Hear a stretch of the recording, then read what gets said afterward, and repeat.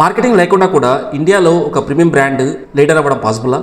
ఒక చిన్న కథ, పెద్ద లెసన్ వినండి. Brand name Bombay shaving company. ఈ బ్రాండ్ వెనకున్న పర్సన్ శాంతను దేశపాండే. ఎంబీఏ చేశాడు, బిగ్ కంపెనీలో జాబ్ చేస్తున్నాడు. కానీ ఒకరోజు యూఎస్లో ఫ్రెండ్తో మాట్లాడుతున్నప్పుడు ఒక డౌట్ రైస్ చేశాడనమాట. ఇండియాలో షేవింగ్ అంటే ఎందుకు జస్ట్ ఒక డ్యూటీ లాగా చూస్తున్నారు? ఎక్స్పీరియన్స్, కేర్, ప్రైడ్ అంత అవసరం లేదా? అదే మూమెంట్లో డెసిషన్, జాబ్ వదిలేసి గ్రూమింగ్ బ్రాండ్ని బిల్డ్ చేయాలి అని. 2016లో ఫ్రెండ్స్ దీపు, రోహిత్ అండ్ రౌనాక్తో కలిసి బాంబే షేవింగ్ కంపెనీ స్టార్ట్ చేశారు.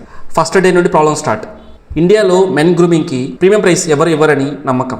యాడ్స్కి మనీ లేదు, స్టోర్స్లో సెల్ఫ్ స్పేస్ లేదు. ఫస్ట్ ప్రోడక్ట్ ఒక simple 6 items shaving kit. Sales slow, customers తక్కువ, గ్రోత్ ఆల్మోస్ట్ నిల్. కానీ ఒకటి మాత్రం కరెక్ట్గా చేశారు, క్వాలిటీలో కాంప్రమైజ్ లేదు, ప్యాకేజింగ్లో ప్రీమియం వదలలేదు. స్లోగా అన్బాక్సింగ్ వీడియోస్ చేశారు, పీపుల్ గిఫ్ట్గా ఇవ్వడం స్టార్ట్ చేశారు. వర్డ్ ఆఫ్ మౌత్ స్ప్రెడ్ అయింది. టర్నింగ్ పాయింట్ ఇక్కడే. మాస్గా, యాడ్స్గా డైరెక్ట్గా కస్టమర్స్కి ఎక్స్పీరియన్స్ ఇవ్వాలని డిసైడ్ అయ్యారు. Online website, Amazon, later quick commerce. Shaving నుండి బియర్డ్ కేర్ నుండి స్కిన్ కేర్, మెన్ నుండి ఉమెన్ గ్రూమ్కి ఎక్స్పాండ్ చేశారు. ఫండింగ్ వచ్చింది, టీం పెరిగింది, ప్రోడక్ట్ ఇంప్రూవ్ అయింది.